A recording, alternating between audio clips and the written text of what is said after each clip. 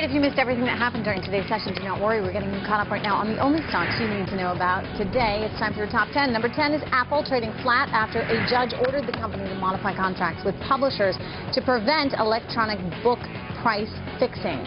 The judge says she will appoint an external compliance monitor to review the Apple's antitrust policies and training. Collusion in e-books. Shocking. Timken, here's another shock for you, climbing more than 2% as it announces plans to split into two publicly traded companies. Timken will separate its steel unit from its bearings and power transmission businesses through a spinoff. The transaction is expected to be completed within a year.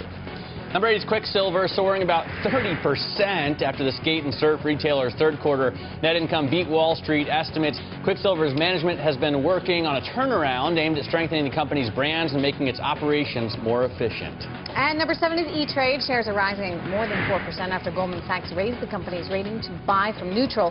Goldman says E-Trade's capital distribution plan has the potential to help the company double its earnings per share over the next 3 years. And Verifone jumping about 10% today. The company reports a third quarter loss, but those results still came in above the Wall Street estimates. Verifone also issuing a strong guidance for the current period, prompting Wedbush to boost its rating to outperform. Hey, the old earnings, they're over the rearview mirror. Number 5, Carnival, trading flat. The world's largest cruise operator has agreed to spend $180 million to cut sulfur emissions from 32 ships. At port, the ships will either plug into the electrical grid rather than idle to reduce pollution or use a lower sulfur fuel. Hopefully the toilets keep working, is all I can think about. Well, but you know, here's the funny thing. Okay, fine. So the ships aren't going to burn their own fuel. They're going to consume electricity. Oh, that sounds clean. Yeah, but wait, electricity... Coal. It comes in part from coal. 40%. I mean, so, you know... What are you really doing? What are you really accomplishing here? As long as I don't get stranded on one of those things on the high seas, I'm okay. Have you been on cruise? Have you taken one ever? Well, in Egypt, on the Nile. But did you? Not like a big, not a Carnival-y cruise. Yeah. More like a Lindblad thing, you know? Number 4, guys, is Yelp.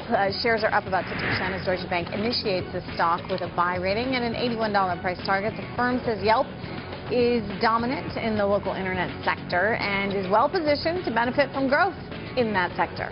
Verizon is down about 0.5% today as shareholder sues to stop its acquisition of Vodafone's 45% stake in Verizon Wireless. Now, this may mark the first investor class action stemming from this deal, so stay tuned. Everyone assumed this would be a fait accompli.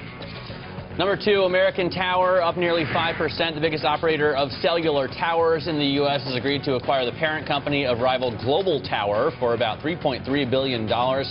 This deal gives American Tower thousands of additional wireless sites as the appetite for next-generation services grows. And coming up on our number 1, it's not a stock. We're talking about the 10-year. The yield down today after hitting 3%, a big move for the bond market. Traders moved money back into the U.S. Into government bonds on speculation that the weak job numbers would encourage the Fed to keep buying bonds.